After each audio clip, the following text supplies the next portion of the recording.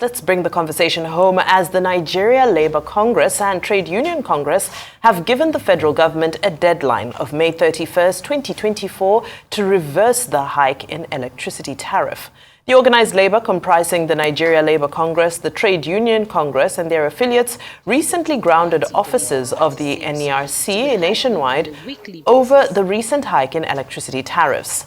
The NERC announced the hike in the electricity tariff for Band A customers at a press briefing in Abuja on April 3rd, revealing that those affected would pay 225 naira per kilowatt hour, up from the previous rate of 68 naira per kilowatt hour. Well, the hike represented a 240% increase. Arise analyst Dayo Sobowale joins us now to discuss the May 31st deadline by the labour unions for the government to reverse the electricity tariff, attend to the minimum wage request, and need for a compromise between labour and the federal government to avoid industrial crisis. Good afternoon, Mr. Sobowale. Warm welcome to Newsday today. Good afternoon. It's a pleasure of being here as usual. Right, let's get into it. So we saw the action that took place as Labour occupied the NERC offices and some of the discos, if I may call it that. But they too have admitted that this didn't produce the intended result. Are they running out of steam? Well, both sides are running out of steam. I like your expression.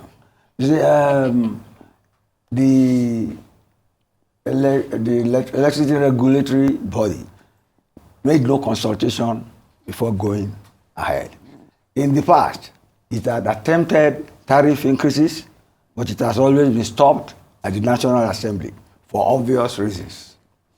Now, this last time around, it got behind the National Assembly. It made the announcement when they were on recess. And of course, I said it here that whenever they come back, they will reverse it, and they did that. But you see, it has tried to amend it, but it's something that was done in broad daylight. And it's not in the public interest, no matter the economic or financial or technical reason they have given for it. You see, we all know what is going on in the country. Because, and I always mention it, because of this fuel subsidy removal. And people are trying to adjust. And I think so far, people have tried to accommodate that change, in spite of what is happening. But Labour has not helped matters either. No, threatening government, not knowing really what it wants.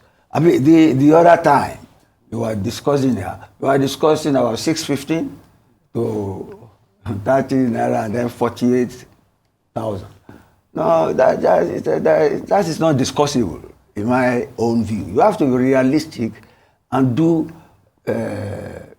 negotiative industrial relations that will benefit both of you, so that Labour does not lose face with its followers, and government too is not seen as being arrogant and tyrannical.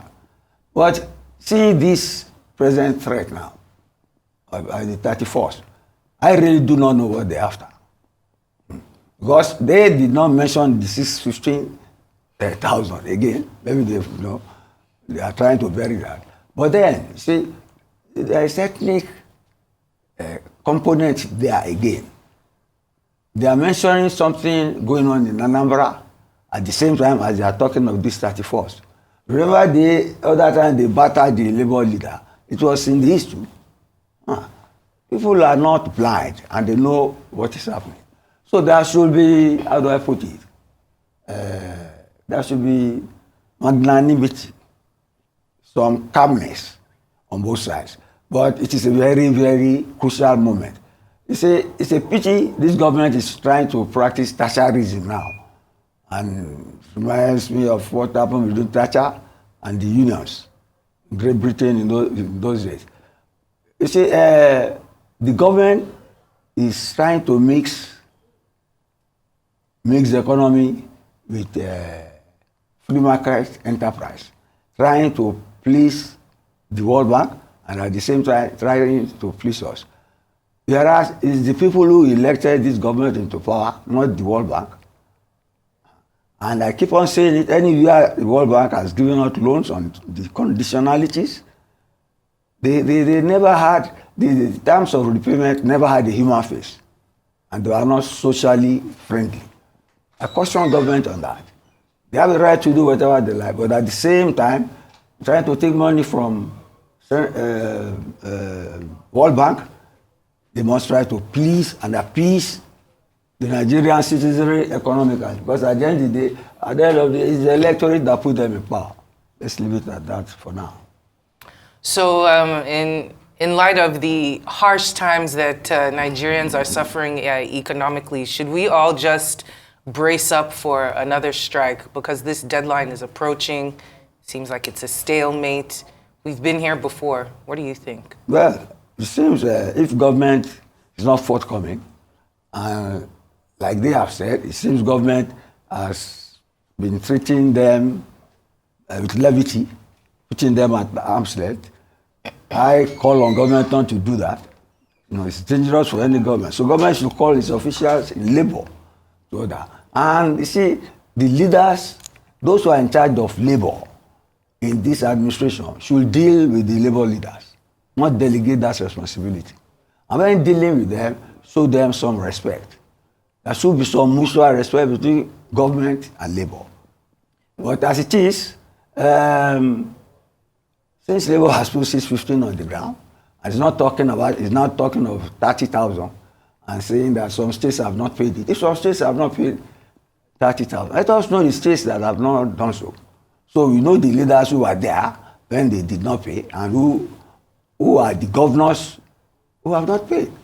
Okay, but you should know that. Mr. Sobowale, there's talk of the 100,000 after the meeting, the NEC meeting, which many people would look and say, moving from 48,000 to 100,000, it seems like a show of good faith and a step in the right direction. Some people can even rationalize and say 100,000 as the bare minimum doesn't look like a bad number. But when you look at Labour's breakdown, when they're rationalizing their 615,000, 110,000 is what they've budgeted for transport alone in their breakdown. Benefits. They put fringe benefits there instead of wage. I've said that here before. But you look at it realistically. It's a mighty climb now from 615 to 100. But they won't want to take it because they will lose face. But I tell you, their followers will jump at it. Their followers will jump at it. That's why I feel, they will not only lose face, they will lose support. And I fear for them in that regard. It's not good for leaders to lose face and lose support at the same time.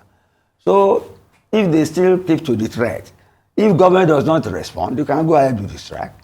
But I expect a responsible government, a responsive government, to make overtures to them and avert industrial crisis. When the industrial crisis starts and people take to the streets, you remember the last one we had, hoodlums will hijack things and they will burn houses, burn cars. I don't want that. And so many Nigerians don't want that. So labor should push its house in order. Government should respond with haste and speed and show that it respects the electorate that put it in power.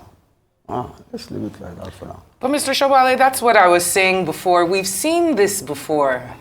They set a deadline.